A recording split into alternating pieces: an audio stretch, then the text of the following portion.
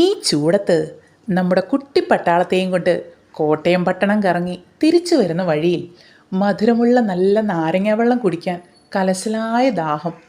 അങ്ങനെ കുറുവിലിങ്ങാട് കഴിഞ്ഞ് കോഴ പാടശേഖരത്തിൻ്റെ അടുത്തെത്തിയപ്പോൾ ദാ അവിടെ ഒരു ചേച്ചി നിന്ന് കുലുക്കി സർബത്തുണ്ടാക്കി കൊടുക്കുന്നു. അത്യാവശ്യം നല്ല ആളുമുണ്ട്.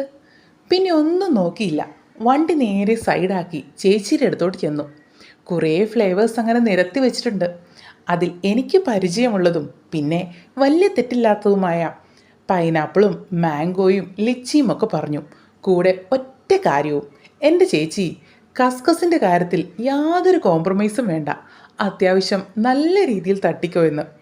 ഏതായാലും എൻ്റെ വാക്കുകളൊക്കെ കേട്ട് ചേച്ചി നല്ല കുലുക്കി കുലുക്കി കുലുക്കി വർണ്ണശബളമായ സർബത്തുണ്ടാക്കി എൻ്റെ നേരെ മുമ്പിൽ വെച്ച് തന്നു. ചേച്ചിയുടെ പേരെന്നാ ചേച്ചി? ഇത് അടിപൊളിയാണ്, നല്ല എരിപുളിമുണ്ട്. ഇത് അടിപൊളിയാണ്, നല്ല മുഞ്ചുള്ള നാടൻ